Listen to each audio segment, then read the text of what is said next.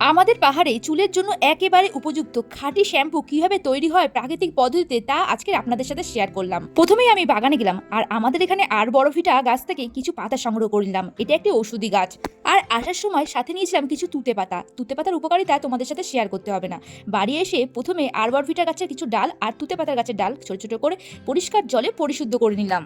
এরপর সববেরি গাছের খোলস থেকে ভেতর থেকে বের করে নেওয়া হয় সববেরি গাছের বীজ। সববেরি গাছ এবং সববেরি গাছের বীজ ত্বককে পরিষ্কার করতে এবং চুলের যত্ন নিতে এবং চুলকে উজ্জ্বলতা বাড়াতে খুবই উপকারী।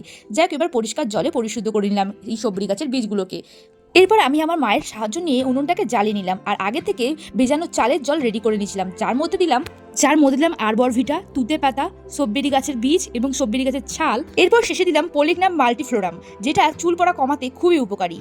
এরপর ধীরে আছে 2 ঘন্টার জন্য আমরা এটাকে ফুটান্ত গরম করতে লাগি এবং যার ভেতরে থাকা প্রচুর রস বেরোতে লাগে। এরপর একটি শুদ্ধ কাপড় নিয়ে আমাদের কড়াইয়ের জিনিসটিকে সেই শুদ্ধ কাপড়ে ঢেলে তার রসটিকে একটি বাটির মধ্যে ছেঁকে নিতে হবে নিংড়ে। এরপর কাজ আমাদের প্রায় শেষে। অন্যদিকে একটি ছোট পাত্রে কড়াই দিয়ে ওই জলটিকে ঢেলে সেই জলের ভেতরে সেই আদাগুলোকে কুচিয়ে কুচিয়ে দিতে হবে, যাতে আদার রস সেই জলের সাথে ভালো করে মিশে যায়। এরপর আদার রস জলের সাথে ভালো করে মিশে গেলে আদাগুলোকে বের করে তার মধ্যে মেশাতে হবে শেষে এলাম পাতা কিছুটা পরিমাণে টুকরো টুকরো করে দিতে হবে।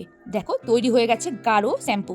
এবার আমাদের কাজ হলো সেই শ্যাম্পুগুলোকে রসগুলোকে নিংড়ে বের করে দেওয়া। ঠিক আবার ওই পরিশুদ্ধ কাপড় দিয়ে সুন্দর করে শ্যাম্পুগুলোকে বের করে নেওয়া হয়। এরপর শেষে লেবু দিতে হবে। লেবু দিলে অনেক দিন এই শ্যাম্পু অনেক দিন বাড়িতে রাখা যায়। যাক, এরপর একটা বাইরে থেকে একটা কচু পাতা নিয়ে এসে আমি আমার বাড়িতে থাকা শ্যাম্পুর কৌটোর মধ্যে সুন্দর করে দিই। সত্যি প্রাচীন পদ্ধতিতে এই ধরনের শ্যাম্পু তৈরি করাটা সত্যি খুবই সুন্দর ছিল। তোমরাও কি প্রাচীন পদ্ধতিতে এইভাবে শ্যাম্পু তৈরি করতে চাও? তাহলে কমেন্ট করে অবশ্যই জানিও।